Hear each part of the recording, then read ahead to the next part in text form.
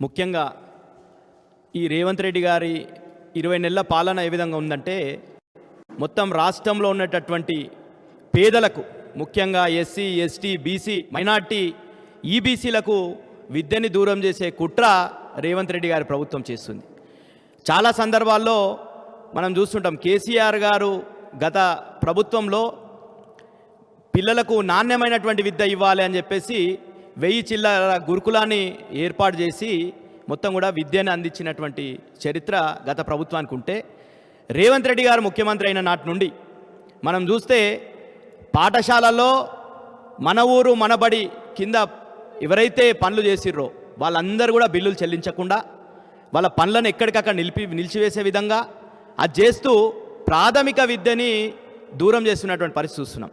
అదేవిధంగా గురుకులల్లో ఈరోజు గతంలో సీట్ల కోసం ఎమ్మెల్యేల చుట్టూ మంత్రుల చుట్టూ అందరి చుట్టూ లీడర్ల చుట్టూ తిరిగినటువంటి తల్లిదండ్రులను ఈరోజు గురుకులాల్లో మాకొద్దురా సీట్లు అనే పరిస్థితి ఈరోజు తెలంగాణలో ఎందుకు దాపరించింది? దానికి కారణం ఈ ముఖ్యమంత్రి రేవంత్ రెడ్డి గారు కాదా? ఈరోజు చాలా చెప్తాడు, నేను విద్యాశాఖ నేను నా దగ్గరనే పెట్టుకున్నా, మొత్తం కూడా దీన్ని అభివృద్ధి చేస్తున్నా, దీని విద్యని తెలంగాణలో అభివృద్ధి చేస్తా అంటాడు. జరుగుతున్నది ఏంది? విద్యార్థులు విషారం తిని చనిపోయే పరిస్థితి ఎందుకు వచ్చింది తెలంగాణలో? ఈరోజు ఇట్లా మొత్తం కూడా విద్యని నిర్వీర్యం చేయాలి, అదేవిధంగా ఎస్సీ ఎస్టీ బీసీ మైనార్టీలకు ఈబీసీలకు విద్యను దూరం చేయాలనే ఒక కుట్ర ఈ రేవంత్ రెడ్డి గారి సర్కార్ చేస్తుంది. దాంట్లో భాగంగానే ఈరోజు ప్రభుత్వం అంటే ఇదొక నిరంతరంగా కొనసాగేటటువంటి వ్యవస్థ. ప్రభుత్వంలో గతంలో తెలంగాణ వచ్చిన సందర్భంలో 2014లో గత ఉమ్మడి రాష్ట్రానికి సంబంధించినటువంటి బకాయిలను కూడా కేసీఆర్ గారి ప్రభుత్వం బీఆర్ఎస్ ప్రభుత్వం చెల్లించింది. బీఆర్ఎస్ గవర్నమెంట్ ఉన్న రోజులలో 9.5 ఏళ్ల కాలంలో దాదాపు 20,000 కోట్లు ఫీజు రియంబర్స్మెంట్ చెల్లించినటువంటి చరిత్ర బీఆర్ఎస్ ప్రభుత్వానికి ఉంది. ఈ ముఖ్యమంత్రి గారు ఏం చెప్పిండంటే, ఎప్పుడైతే కొన్ని బకాయిలు ఉంటే ఆయన మేనిఫెస్టోలో 420 హామీలతో పాటు ఈ హామీ కూడా ఇచ్చిండు. వెంటనే నేను అధికారంలోకి రాగానే గ్రీన్ ఛానల్ పెట్టేసి మొత్తం కూడా ఫీజు రియంబర్స్మెంట్ మొత్తం కూడా చెల్లిస్తా, ఎలాంటి ఆటంకాలు లేకుండా చెల్లిస్తా అని చెప్పిండు. కానీ ఈరోజు చూస్తున్న పరిస్థితి ఏంటంటే, రాష్ట్రంలో ఈయన ముఖ్యమంత్రి అయిన తర్వాత దాదాపు 2,50,000 కోట్లు అప్పు చేసిండు రేవంత్ రెడ్డి గారు. ఈ అప్పుతోని ఎవరికి చెల్లించిండు? బడా మెగా కృష్ణారెడ్డి లాంటి వాళ్ళ కంపెనీలకు, రాఘవ కన్స్ట్రక్షన్ కంపెనీలకు, అదేవిధంగా ఎల్ఎన్టీ కంపెనీలకు, ఇట్లాంటి పెద్ద కంపెనీలకు ఆయన చెల్లిస్తున్నాడు బిల్లులు. కానీ ఈరోజు పేద విద్యార్థులు చదువుకునేటటువంటి వాళ్లకు ఆ ప్రైవేట్ కాలేజీల యాజమాన్యం ఈరోజు అటెండర్లకు కూడా ఈరోజు పండుగ వస్తున్న దసరా పండుగ, తెలంగాణలో పెద్ద పండుగ. అట్లాంటి దసరా పండుగ కనీసం అటెండర్లకు జీతం చెల్లించుకోలేనటువంటి దుస్థితి ఈరోజు ప్రైవేట్ యాజమాన్యాలకు ఉన్నదంటే ఎంత బాధాకరమైనటువంటి విషయం.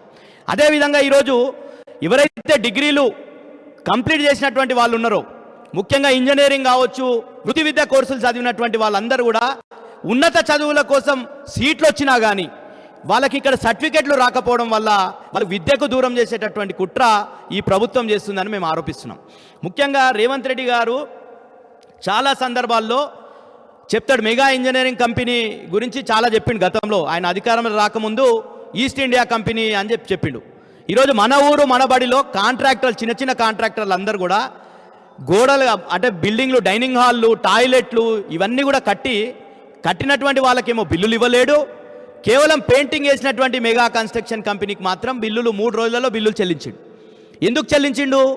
దాంట్లో ఈరోజు అనేక కాంట్రాక్టర్లు, చిన్న కాంట్రాక్టర్లు అంతా కూడా ఎప్పుడు ధర్నాలు చేయలే. ఈ తెలంగాణ వచ్చిన తర్వాత, ఈ రేవంత్ రెడ్డి ప్రభుత్వం వచ్చిన తర్వాతనే 20% కమిషన్ అడుగుతున్నారు, మేము ఎక్కడి నుంచి చెల్లించుకోవాలని చెప్పేసి సెక్రటరియట్లో ధర్నాలు చేసేటటువంటి పరిస్థితి ఉన్నది. ఈరోజు ఈ ప్రైవేట్ యాజమాన్యాలు కూడా కమిషన్లు ఇస్తే వీళ్ళకు ఫీజు రియంబర్స్మెంట్ ఇస్తుండే రేవంత్ రెడ్డి గారు. కానీ వీళ్ళు ఎక్కడ ఏం చేస్తారు? పేదలకు విద్యార్థి అందించినటువంటి ప్రైవేట్ యాజమాన్యాన్ని ఈరోజు రోడ్ల పాలు చేసి వాళ్ళు ఈరోజు పాఠాలు చెప్పుకుని విద్యార్థులకు, పేద విద్యార్థులకు ఉన్నత శిఖరాలు ఎక్కించే ప్రయత్నం చేస్తున్నటువంటి ప్రైవేట్ విద్యార్థులకు ఈరోజు ఆ ఫీజు రియంబర్స్మెంట్ చెల్లించక తీవ్రమైనటువంటి కుట్ర, ఈరోజు దీంట్లో కుట్ర దాగున్నది.